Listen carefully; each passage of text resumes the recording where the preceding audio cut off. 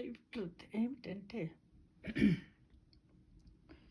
అర్థం చేసుకోలేని వారి దగ్గర వాదన అనవసరం. మనలో లోపాలు వెతికే మనుషుల దగ్గర వివరణ అనవసరం. నిన్ను నమ్మని వారి దగ్గర నిరూపణ అనవసరం. అర్హత లేని వారు అనే మాటలకు వేదన అనవసరం. బంధం విలువ తెలియని వారి కోసం రోదన అనవసరం. కొన్ని సందర్భాలలో మౌనమే పరిష్కారం. కొన్ని సందర్భాలలో కాలమే పరిష్కారం. చాలా సందర్భాలలో పట్టించుకోకపోవడమే అసలైన పరిష్కారం.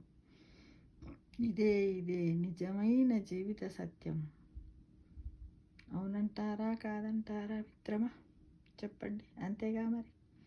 అనవసరం కదా మనం ఎంత చెప్పినా కూడా అలా సాల్తీ అంటారు, మన అవమానాల పాలు చేస్తారు, మన గౌరవం ఇయ్యరు. కాబట్టి వాళ్ళకే ఎప్పటికో ఒకసారి బంధాల విలువ తెలుస్తుంది. కోల్పోయిన సమయాన్ని తిరిగి తీసుకుని రాలేదని బాధపడుతూ ఉంటారు. అప్పుడు కాలం సమాధానం చెబుతుంది. ఎవరి దగ్గర ఎవరము నిరూపించుకోవాల్సిన అవసరం అంతకన్నా లేదు. ఎందుకంటే ఎవరి తప్పులు వారే తెలుసుకుని మేధావులు ఉన్నటువంటి సొసైటీలో ఎవరి తప్పులకు వారే బేరీజు వేసుకుంటారు. వారే దానికి శిక్షణ అనుభవిస్తారు. ఎవరి ఇష్టం వారిది, ఎవరి ఈగోస్ వారివి, ఎవరి ఆలోచనలు వారివి. కాబట్టి ఎవరేమీ తక్కువ కాదు అనే ఉద్దేశంతో మనమందరం కూడా అనుకుంటూ ఎవరి దగ్గర ప్రశ్నకు జవాబు చెప్పవలసిన, ముఖ్యంగా మన పర్సనల్ విషయాలను ఎక్కడ చెప్పొద్దు. మన గుప్పిట్లోనే ఉంచుకోవాలి. మన గుప్పిట్లో ఉన్నంతసేపు మనమే యజమాని అవుతాం. మన గుప్పిడి విడిచాక బయటకు పోయినాయి అనుకోండి, అందరూ యజమానులు అవుతారు. కాబట్టి మనం ఎవరికి కూడా ఎవరు వచ్చి ఏం చేస్తారు? ఏమి చేయలేరు. అనవసరం కదా. ప్రతి మనిషిలో కొద్దిమంది చూస్తారు, ఎంతసేపు వీని లోపాలు వెతకాలి, నలుగురికి చెప్పాలి, విన్నాను పాపులర్ చేయాలనుకుంటే ఎందుకు వాడికి ఏమొస్తుంది? ఆ టైం ఏందో నీ సమస్యల మీద, నీ భవిష్యత్తు మీద, లేకపోతే నువ్వు ఏదన్నా ఒక పుస్తకం చదువు, కొంత నాలెడ్జ్ని గెయిన్ చేసుకో. దానివల్ల నీకు మంచి జరుగుతుంది. నేను ఎన్నో విషయాలు తెలుసుకుంటావు. దైవ ప్రార్థన చేసుకో, మోక్షం లభిస్తుంది. కానీ అలా కాకుండా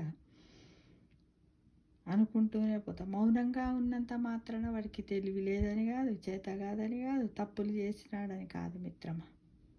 అనుకుంటారు కొద్ది మౌనంగా ఉంటే వాడికి ఏం చేతగాక తప్పులు చేసింది కాబట్టి నోరు మూసుకొని పోకున్నాను. అలా కాదు. మౌనంగా మిమ్మల్ని ఇలా ఒక ఊర చూపు చూసి వెళ్ళిపోయాడంటే నేనెంత మేధావినో నన్ను అర్థం చేసుకో, మీరు నన్ను ఏం చేస్తారు, నేనంటేందో నాకు తెలుసు అని మీకు ఒక హెచ్చరిక అని మీరు గ్రహించాలి ఎదుటి వాళ్ళు. కానీ ఈ రోజుల్లో అట్లా కాదు. ఏ చేతగాకనే వాడు సప్పుడు కూకుంటుంటారా అని మంది మీద వేస్తారు. ఎందుకు మీకు అవసరం? మంది మీద మాటలు అవసరమా? మీ జీవితం గురించి మీరు ఆలోచించుకోండి. మీరు ఎలా బతకాలి, ఏం చేయాలి, ఎట్లా ఉండాలి, చేసే తప్పులు ఏంటో వాటిని సరిదిద్దుకోవడానికి ప్రయత్నించండి. కానీ ఎప్పుడు కూడా ఎదుటి వాళ్ళ గురించి ఆలోచించి కాలాన్ని వృధా చేసుకోకూడదు అనేదే ఈ వీడియో ద్వారా మీకు నేను ఒక మెసేజ్ ఇస్తున్నాను. ఎవరి లోపాలు వెతకొద్దు, ఎవరి దగ్గర మనం నిరూపణ చేసుకోవద్దు. ఎవరి తెలుగులు వాళ్ళవి, ఎవరి బంధం విలువ వాళ్ళది, ఏంటో మీకేం అనవసరం కదా.